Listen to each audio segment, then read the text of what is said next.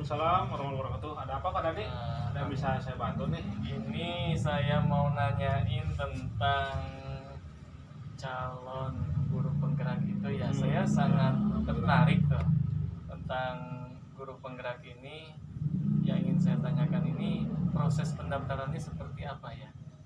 Berarti selama ini Pak Dani udah dapat kabar ya mengenai Ya. pendaftaran itu. Eh, Maksudnya Kota Bogor saat ini sudah masuk ke tahapan pendaftaran peserta ya.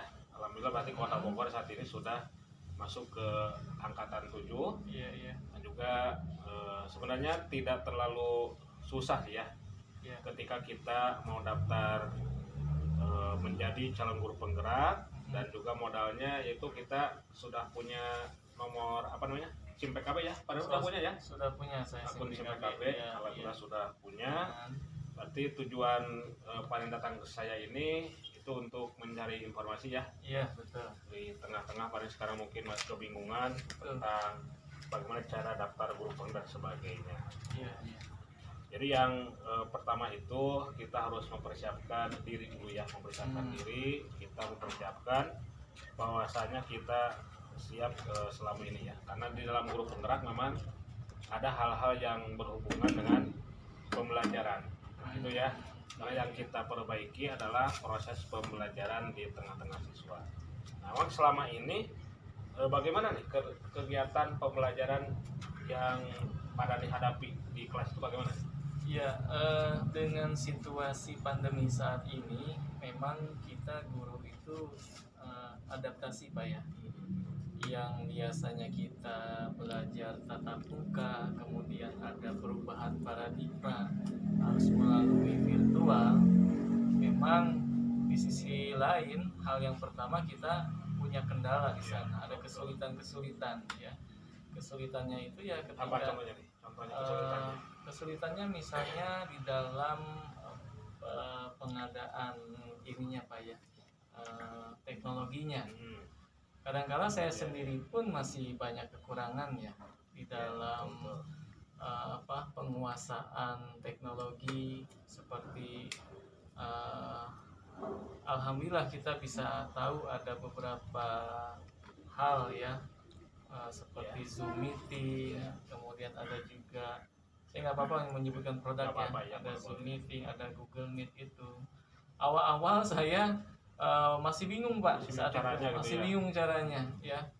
Nah, tapi seiring berjalannya waktu, dibantu oleh rekan-rekan, sedikit demi sedikit mulai mengerti lah gitu. Itu barangkali awal tentang perubahan ya paradigma pembelajaran yang tadinya kita tatap muka secara langsung berubah secara virtual, itu memang jadi kendala. Dari ini kan kendala yang dihadapi di kelas Pak Dani ya. Sejauh itu apakah ada keberhasilan nggak? Berapa persen sih ketika misalkan tadi Pak Dani bilang menggunakan IT dan juga keterbatasan Pak Dani juga dalam menggunakan IT kan? Nah, apakah ada keberhasilan dari segi pembelajaran di tengah-tengah keterbatasan itu? Kalau melihat ketercapaiannya itu, saya rasa ketercapaiannya masih di bawah 75%. Masih jauh sekali. Masih jauh sekali harapannya. Jadi di sisi lain tadi bahwa guru itu harus banyak berinovasi, banyak melakukan upaya apa nih gitu agar target pembelajaran kepada siswa itu tercapai. Nah, ketika kita pakai model pembelajaran seperti ini kurang, kemudian cara penyampaian kita juga mungkin dalam hal itu juga masih kurang bisa dicerna oleh anak-anak, maka kita harus mencari cara gitu.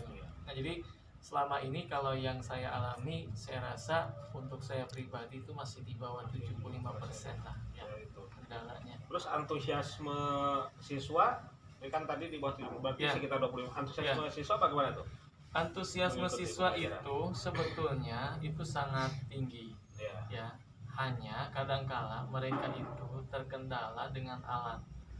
Jadi ada anak yang mengeluhkan HP-nya itu dibagi-bagi dengan saudaranya Saudaranya, sendiri, adiknya ya, misalnya, atau kakaknya gitu ya ya. gitu. Ketika misalnya kita melakukan Zoom meeting, Ya, dia tidak bisa ikut karena HP-nya cuma satu, dalam satu keluarga itu. dalam satu keluarga Oh, itu. gitu. Kemudian ada juga orang tua yang mengeluhkan masalah kuota, ya. Kuota. Tapi itu sudah dicarikan solusi oleh pemerintah Ya, kan. awalnya seperti itu kan, bantuan. Awal seperti itu. Ya. Lalu kemudian ada bantuan dari pemerintah, bantuan kuota untuk peserta didik kan, ya. Ya. Jadi untuk hal itu sih tidak terlalu bermasalah. Hanya mungkin untuk pengadaan gadgetnya itu mereka punya keterbatasan. Ya, karena Ya. memang tidak banyak ya Tidak banyak yang ya. dimiliki oleh dalam satu keluarga itu. Betul. Kalau sekarang mulai PTM, sekarang kan mulai nih PTM nih. Ya. Apakah kelas pada nih di mengajar itu masih tetap menggunakan sistem daring atau bagaimana yang dilakukan pada ini? Dengan adanya PTMT terbatas ini 50%, otomatis sistem daring masih dilaksanakan. Jadi yang kami lakukan, yang saya lakukan itu Pak, membagi 2 kelompok, Ya. karena sekolah ini kan pembelajarannya kita hanya diberikan waktu 1 minggu tuh cuma 3 kali Pak ya sekolah. Jadi dalam 1 hari itu kita bagi 2 sesi. Sesi yang pertama dia hadir ke sekolah PTMT, yang sesi yang keduanya adalah PJJ ya. Belajar jarak jauh secara daring tetap dilakukan. Hanya memang ada sedikit antusias anak-anak itu Lebih besar ke PTMT. Mereka lebih senang datang ke sekolah berarti ke sekolah dibandingkan harus menunggu daring lah. Makanya nanti insya Allah kita akan berkoordinasi dengan kurikulum ya, agar bisa luring sepenuhnya meskipun dibagi dalam 2 sesi itu gitu. Saya sih berharap di waktu-waktu yang secepatnya lah itu di sekolah bisa dilakukan dan dilaksanakan. Nah, dalam kegiatan pembelajaran di kelas yang dilakukan, apakah selama ini Bapak itu hanya, tadi kan ada kekurangan ya, nah, bagaimana itu cara memecahkannya kekurangan? Apakah hanya sendiri atau meminta bantuan seperti itu? Saya ini selalu meminta masukan dari rekan-rekan, bahkan saya tidak malu untuk bertanya gitu atau kemudian minta gitu? cara, gitu kan? Ketika rekan-rekan ada yang bisa pakai metode ini, ada yang tentang Bandicam, saya tadinya tidak tahu Bandicam itu apa ya, karena saya orangnya ingin ingin tahunya tinggi, sehingga saya banyak bertanya sama rekan yang sudah melaksanakan itu. Ada mereka yang katanya sudah pakai Quizzes. Nah, Quizzes itu seperti apa? Saya tanyakan. Karena memang saya khawatir ketika anak-anak diberikan pembelajaran yang itu saja tanpa adanya inovasi, ya anak-anak itu akan menjadi jenuh dan bosan. Maka saya tidak malu bertanya kepada teman-teman yang lebih dari saya, yang sudah menguasai di bidang-bidang IT tadi. Jadi saya bahkan saya menyarankan kepada kepala sekolah kalau bisa dalam minimal seminggu sekali itu ada ya in-house trainingnya atau apa gitu ya. Gitu ya. Betul. Yang pembelajaran gitu. Betul. Iya. Berarti kolaborasi yang dilakukan di sekolah itu berjalan baik ya, kolaborasi antara satu guru dengan guru yang lainnya. Betul. Dan alhamdulillah rekan-rekan juga tidak pelit ilmu lah. Mereka tetap mau berbagi. Iya. Ya. Nanti di guru penggerak juga Pak, ketika kita sudah daftar menjadi guru penggerak, tetap kan masing-masing orang itu pasti memiliki kekurangan ya. Ada yang kurang ini, tapi ada juga yang memiliki kelebihan bidang lainnya. Nah, itu kolaborasi itu memang diharapkan semua terjalin. Makanya ketika Bapak tadi menginginkan atau berantusias untuk daftar menjadi calon guru penggerak itu sangat bagus sekali gitu ya di dalamnya gitu. Karena memang kolaborasi berbagi ilmu memang tampak di sana. Bukan hanya kita mendapatkan materi untuk kita sendiri, tapi kita juga bisa menularkan, berbagi buat teman-teman kita di sesama calon guru penggerak ataupun di tempat sekolah guru penggerak itu berada. Itu yang diharapkan. Jadi bukan untuk diri sendiri, tapi Iya betul. untuk semuanya. Karena tujuannya di sini memang bukan hanya untuk satu sekolah, tapi untuk kemajuan pendidikan di Indonesia secara umum. Seperti itu. Maka alhamdulillah tadi sudah antusiasme ya. Iya. Nah dalam rencana Bapak ke depan nih, ketika ingin daftar guru penggerak, nah strategi apa yang akan Bapak lakukan untuk ikut daftar ataupun mencoba untuk memecahkan permasalahan yang Bapak hadapi? Iya, dengan adanya ya hal seperti ini, Iya. pembelajaran abad 21, kemudian adanya perubahan paradigma dari kehidupan normal, kemudian adanya pandemi, ya tentu kan kita harus banyak belajar. Iya. Nah tentunya mungkin di dalam guru penggerak ini ada inovasi-inovasi yang Betul. muncul, ya, yang bisa memberikan motivasi buat guru tersebut. Nah tentunya saya pasti yang akan saya lakukan pertama adalah saya akan berkolaborasi atau banyak bertanya kepada yang sudah mengikutinya. Ya guru penggerak itu seperti apa. Bahkan saya sambil banyak belajar lah kepada orang yang sudah mengikuti itu. Seperti itu ya. Betul ya. Berarti sudah ada rencana seperti itu ya. Iya. Nanti juga caranya juga sudah diutarakan bahwa akan minimal menemui orang yang pernah ikut serta. Betul. Ataupun bergabung dalam istilahnya komunitas praktisi lah. Iya. Ini komunitas praktisi iya. itu untuk sesama praktisi pendidikan lah, terutama guru-guru yang memang ada di dalamnya gitu. Berarti siapa nih yang akan Bapak mintai bantuan nanti kira-kira nih untuk rekan sejawat saya itu Pak Aman ya. Beliau saya pribadi mengakui ya, beliau ini orangnya disiplin, kemudian beliau juga banyak memberikan motivasi kepada rekan sejawat ya, termasuk saya yang banyak dimotivasi. Tentunya saya akan banyak bertanya sama Pak Aman ya, tentang program guru penggerak ini seperti apa. Kemudian ketika saya menghadapi kesulitan pun saya akan coba berkonsultasi dengan Pak Aman.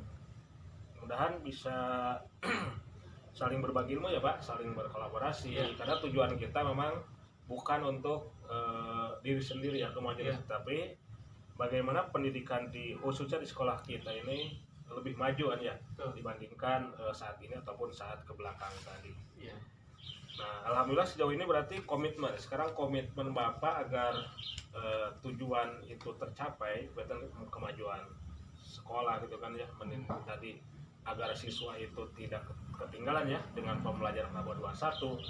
Nah sekarang seperti apa sih komitmen Bapak ini untuk mensukseskan apa yang Bapak impikan tadi?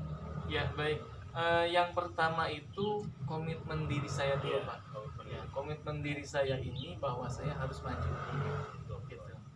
Jadi ketika kita punya visi, kita punya impian, ini pendidikan mau kayak gimana sih gitu ya, arahnya mau gitu ya, seperti apa, mau dibawa kemana. Tentu kita harus mulai dari komitmen diri kita. Berarti intinya kita dulu nih yang harus siap gitu kan, kita dulu yang harus dibekali. Nah ketika kita punya visi misi itu bisa dituangkan karena kita sudah mendapatkan bekal, mendapatkan ilmu yang kita dapat, saya rasa itu nanti bisa diaplikasikan.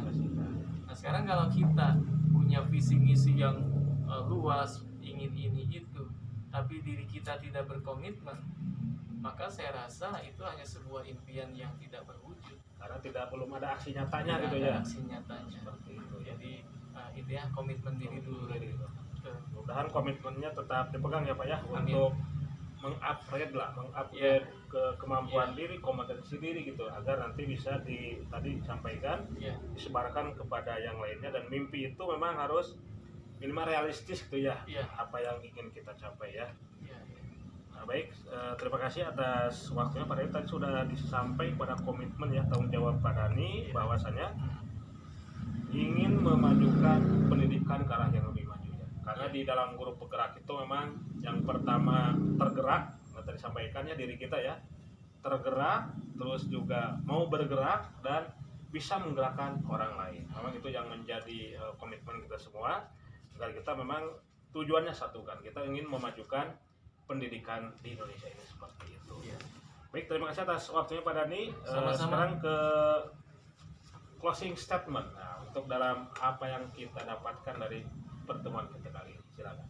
Ya, Bismillahirrahmanirrahim. Sebagai closing statement ini, yang pertama saya ucapkan terima kasih lebih dahulu kepada Pak Aman yang sudah saya banyak sharing dengan beliau, dan beliau memberikan motivasi kepada saya untuk maju bersama gitu.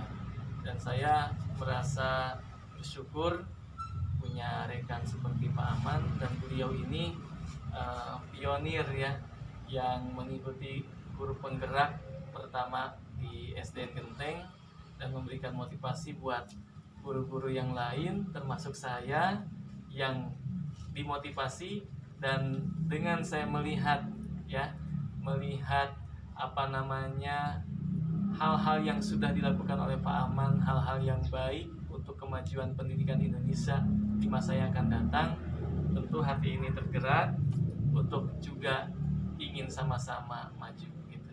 Itu saja barangkali sedikit closing statement dari saya. Terima kasih Pak Aman atas dukungan dan bimbingannya. Ya, sama-sama Pak Dhani. Baik, Ya. alhamdulillah ya. Sudah ada closing statement. Baik, kita akhiri ya pertemuan kita kali ini. Semoga sukses selalu untuk Pak Dhani, Amin, untuk ya karir Allah. Pak Dhani dan masa depan pendidikan Indonesia. Amin ya Allah. Ya. Terima kasih.